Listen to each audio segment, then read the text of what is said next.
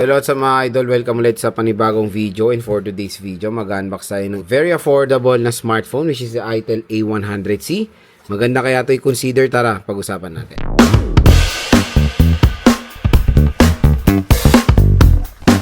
So yan, for today's video, mag-unbox tayo ng isang mura na smartphone which is the Itel A100C. So again, ang SRP nito is around nasa 3,000 plus lang. Ang magandang balita, pag bumili kayo dito sa ating video, tap mo yung video, view products, possible pwede nyo makuha ng below 3,000 pesos. So available to 2GB64 at 3GB 128. At ang binili natin is syempre yung top of the line na 3GB 128 na meron lang tong presyo sa online na 3,000 plus. So very affordable siya. 90Hz, 6.6 inches, super clear display. Dito wag kayo malilin lang dito 8GB of RAM sinasabi. Pero in reality, ito lang talaga RAM niya, no? 3GB of RAM. 5GB lang extended RAM na hindi naman yan counted sa mismong specification ng smartphone. And we have a IR blaster and DTS sound siya. Itel A100C. Sa likod ng box, meron tayong mga specifications like 90Hz, 6.6 super clear display. It's an IPS LCD display. Notch display siya. 5,000 mAh battery capacity. Drop worry-free, big memory. Not quite. Sound by DTS and infrared remote control. So, okay na. Ang processor niya is the Unisoc T7100. So, this processor is not a powerful processor.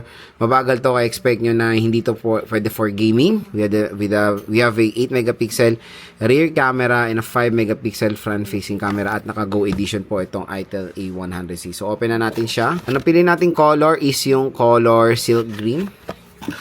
Ito na yung smartphone. Open natin siya. We have here a license by Qualcomm, SIM eject tool. Meron tayo ditong jelly case. So meron tayong jelly case dito. Again, yung jelly case niya medyo fake news din. Hindi po to MagSafe, baka iba kalain MagSafe siya. Design lang to. Which is okay rin naman na color black kasi para hindi manilaw yung jelly case.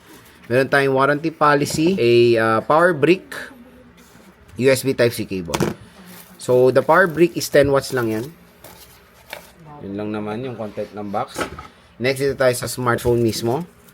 Itel A100C. Ayan, tinanggalan natin yung sticker niya. Tignan natin yung color in silk green.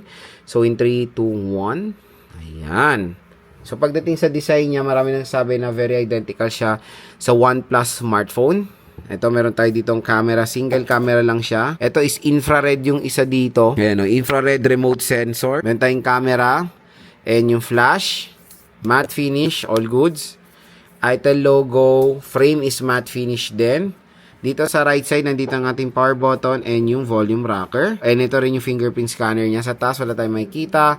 Sa left side is the SIM tray. Sa baba naman is a 3.5mm headphone jack, microphone Type-C port, at yung speaker grills niya. Sa bibili ng smartphone na to, magandang balita dahil meron siyang screen protector out of the box. So, open na natin si Itel A100C. At lagay na natin yung kanyang case. Ayan, ang ganda, no? So, Itel powered by Android. So, setup ko muna to. Balik ako. And setup na natin si Itel A100C. So, unang-unang napansin ko, mabagal ang response. Expect nyo na yan dahil the processor itself, hindi po siya ganun ka-snappy. Kaya po siya naka-design for Android Go Edition. So, mapapansin yung Go Edition, doon pa lang sa una nakalagay and naka-light po lahat ng mga application na pre-install dito. Sa about phone niya, ayan, Itel A100C, Android 15, Unisoc T7100. Ito yung mga specs niya, 5,000 mAh battery capacity. Sa display, naka 90Hz to mga idol. Ayan. Camera, let's check. Expect nyo na hindi ganun kaganda yung quality ng camera niya. Let's try to may ring light.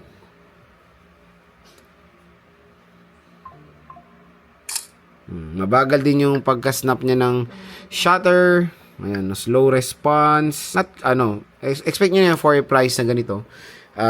Hindi ganun kaganda yung camera quality niya. Again, ito ay marirecommend ko lang as a secondary smartphone. Pwede kasi very affordable. As a navigating tool sa mga motor taxi riders natin, pwede siya. Working phone pwede, pero I think hindi siya pwede for a primary smartphone dahil sobrang bagal nito. Pwede nito bigay sa anak nyo para kunyari, maglalaro sila dito. hindi nila kaya kasi mabagal itong smartphone na to. For gaming, pwede mag-ML, Roblox, pero yung mga heavy games, hindi siya kaya. So again, kung interested kayo makuha to na sobrang mura lang, 2 to 3,000 pesos, stop mo yung video, view products, mura at bagsak presyo lang dyan ng ITEL A100C.